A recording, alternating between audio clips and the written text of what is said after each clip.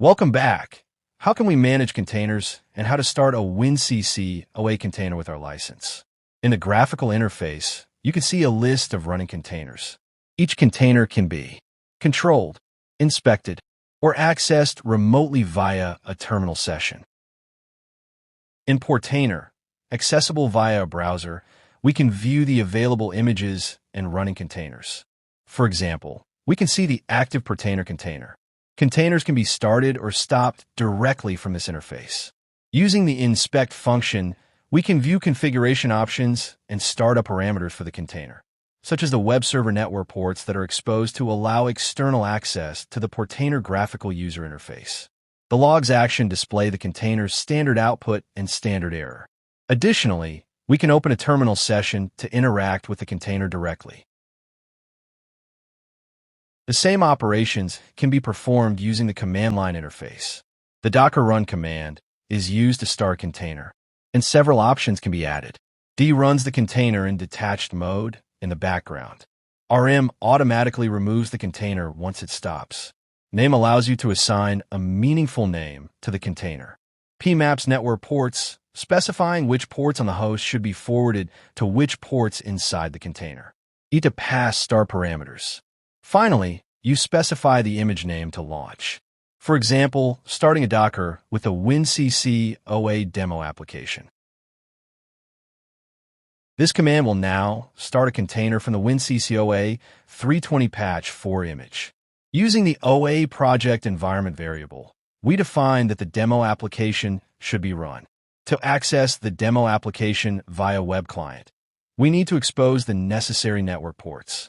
By using the -P option, we can forward the container's internal port 8443 to the host port 8443, enabling web access to the application.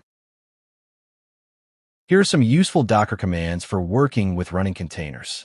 Docker PS lists all currently running containers. Docker inspect shows detailed configuration and settings of a specific container. Docker logs F lets you follow the container's standard output and error streams in real time. Docker exec, it allows you to connect to a running container, for example, to open an interactive bash shell. Docker stop stops a running container. The command docker ps now shows that we have started a container named demo from the WinCC OA image. In addition, we can see the Portainer container running with its defined ports. With Docker inspect, it is possible to inspect a container or image. This allows us to view information such as supported environment variables, for example, the OA project or the license server to be used. Using docker exec -it container name, we can run a process inside the container, such as opening a bash shell. With the exit command, we leave the bash session of the container. In general, data of the Docker containers is not persistent. Restarting a container may result in the loss of settings and data. Volumes or external directories can be mounted via volume option -V into a Docker container.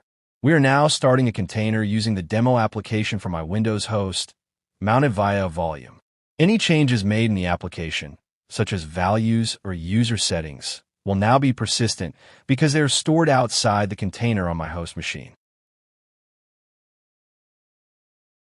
We are now creating a new user and assigning it to the user group para. Of course, these changes should be persistent to ensure that the new user can log into the application after a restart. Let's restart the container. I'm doing this without using detached mode, so we can view the logs and know when the application has fully started. Log into the client with the new user, so the changes we made are still there. Docker images themselves do not contain any licenses. However, our WinCC OA image supports the use of an environment variable called license server. This allows you to specify the IP address or host name of your license server, enabling the container to connect to it at runtime.